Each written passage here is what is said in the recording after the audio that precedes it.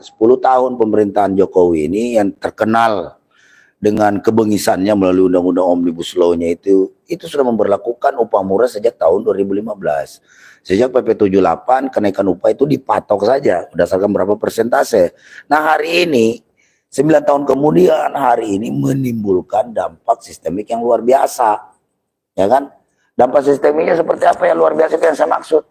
Yaitu tadi upah ini ya kan, pada akhirnya buruh tidak ingin terperangkap, terjebak dengan sistem upah murahnya Jokowi. Ya akhir ini ya mau nggak mau ya kita ngotot-ngototan aja udah, ya kan? 9 tahun kita apalagi 4 tahun terakhir upahnya naik 1%, ini berapa ribu, mana cukup? Yang ada malah pajak. Di zaman Jokowi dari PPN 10% naik 11%. Nah sementara undang-undang harmonisasi perpajakan yang dibuat tahun 2021, ya kan, ini mensyaratkan untuk menaikkan lagi PPN menjadi 12%. Buruh upahnya naik nggak seberapa, pajaknya naik gila-gilaan. Dan ini berdampak sistemik terhadap kehidupan kaum buruh itu sendiri. Karena dalam hal kebutuhan sehari-harinya itu semua kena pajak. Ya kan, jadi semakin besar pajak yang dialami oleh kaum buruh ini, ya mana cukup gajinya setiap bulan. Ya kan, apa sih susahnya kasih upah buruh itu 6-7 juta bahkan sampai 10 juta juga kasih aja, tuh uang ada beredar di masyarakat. Buruh ini nggak mungkin punya tabungan di Singapura kayak konglomerat itu, ya kan.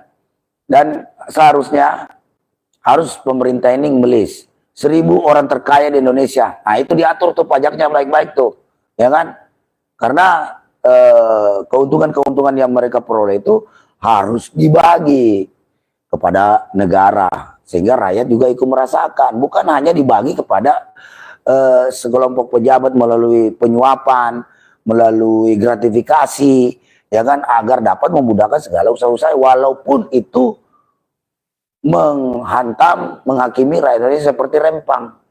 Rempang itu di zaman dahulu adalah benteng pertahanan kita, benteng kerajaan Melayu Riau itu untuk menghadapi siapapun musuh-musuhnya masuk. Nah hari ini posisi Rempang mau dibikin menjadi tempat ucapan selamat datang para investor, ya kan.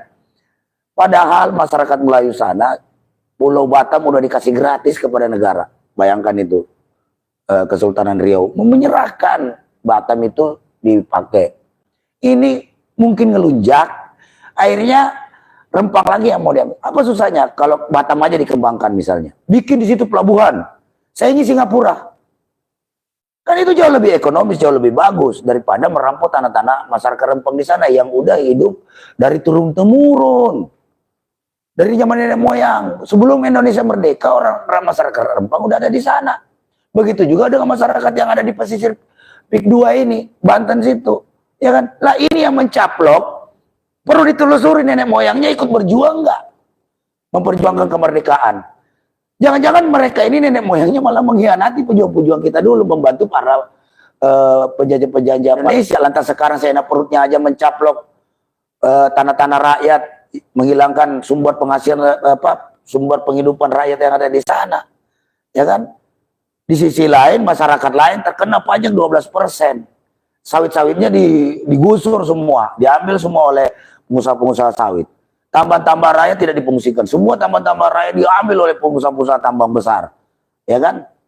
Belum lagi nelayan-nelayan kita. Mau nelayan malah pagarin, lautnya bayangin dipagarin. Gila ini memang ini. Ini kebijakan, tolong, ini kebijakan peninggalan Jokowi yang melemahkan kekuasaan Pak Prabowo hari ini. Jadi bisa patut kita curiga dan menduga bahwa ini ada indikasi untuk bagaimana caranya menciptakan ketidakpercayaan publik terhadap pemerintahan Prabowo, yang dimana awal pidatonya cukup berapi-api, dan bahkan di dunia internasional juga pidatonya cukup membanggakan kita karena benar-benar Pak Prabowo menunjukkan sebagai kualitasnya sebagai seorang patriotik. Bagaimana pidatonya sampai kemarin di negara D8 itu Erdogan aja tersinggung kan, luar biasa, ya kan. Nah ini ada upaya-upaya dari pihak-pihak terutama untuk melanjutkan program-program Jokowi yang menindas rakyat. Ini amat sangat mendelegitimasi kekuasaan Prabowo hari ini.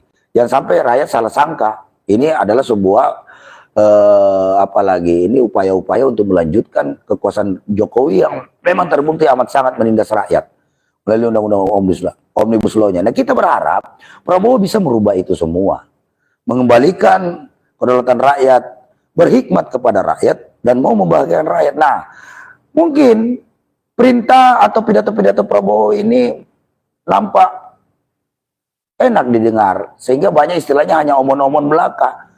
Nah, eksekutorialnya, baik itu di tangan menteri ataupun gubernur, nah ini tidak dijalankan. Nih maaf nih, ini peninggalan-peninggalan PJ Gubernur Jawa Barat, PJ Gubernur DKI, Menteri Dalam Negeri, itu adalah peninggalan-peninggalan rejim Jokowi. Jangan salah, ya kan? Nah inilah yang mencoba menggergaji apa yang menjadi arahan daripada Pak Prabowo untuk mensejahterakan rakyat. Prabowo menetapkan kenaikan upah 6,5% itu, dia tahu persis bahwa uang kalau di tangan buruh insya Allah di tangan rakyat, ya kan, itu bisa ada perputaran ekonomi yang cukup bagus, pertumbuhan ekonomi cukup bagus, juga daya beli masyarakat cukup bagus. Yang sekarang kalau rakyat dikasih, jutaan rakyat ini diserahkan uang, misalnya 10 juta aja setiap kakak, itu mau kemana kalau bukan belanja, ya kan? Nah terbukti hari ini kebijakan Jokowi, ya kan, pertumbuhan ekonomi nggak tumbuh-tumbuh, ya kan, daya beli masyarakat menurun, banyak gerai-gerai kayak Alfamart, Indomaret yang tutup di beberapa daerah, 400 terakhir yang kita kabarkan, itu bukti bahwa daya beli masyarakat ini sedang menurun. Ini berbahaya. Kalau daya beli masyarakat menurun, kemudian pajak tinggi, kriminalisasi di mana-mana, intimidasi, pengusiran tanah-tanah rakyat terjadi di mana-mana, laut dipagarin, ya kan, sawit rakyat diserobot, ya kan, kemudian aparat keamanan membekingi mereka, maka pada akhirnya rakyat akan mencari jalan keadilannya sendiri. Ini berbahaya dan bisa sangat mengancam kekuasaan Pak Prabowo, karena ini ada yang menggranddesain. Jadi harusnya orang-orang dekat Pak Prabowo ini harus cerdas juga mencermati situasi hari ini. Jangan sampai diakalin oleh orang-orang atau antek-antek Jokowi yang masih ada di seputar kekuasaan Pak Prabowo hari ini. Gitu loh. Ini kita kasih ini. Mudah-mudahan ini didengarkan oleh Pak Prabowo di sana. Bahwa sungguhnya kebijakan Pak Prabowo menaikkan upah 6,5% ini diapresiasi oleh kaum buruh. Tetapi ketika Sri Mulyani, ya antek-antek Jokowi juga itu, menaikkan pajak 12%. Ini sama saja, kami sama sekali tidak merasakan kenaikan itu. Ya kan? Mending gak usah naik gaji, tapi harga kebutuhan bahan pokok turun. Semoga Pak Prabowo bisa mendengarkan dan batalkan saja kenaikan PPN 12% itu. Ya kan? Masih banyak cara-cara lain. Ya kan? Tuh, ya tambang-tambang besar di sana itu, yang dikelola sekarang melalui perjanjian-perjanjian investasi dengan rezim Jokowi, itu dirubah semua.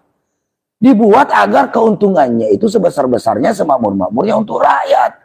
Bukan diserahkan kepada investor itu, bahkan tenaga kerjanya bisa dibawa masuk, terus tenaga kerja kita dibuang begitu saja, nggak dipakai. Ya pantas saja pengangguran terjadi di mana-mana.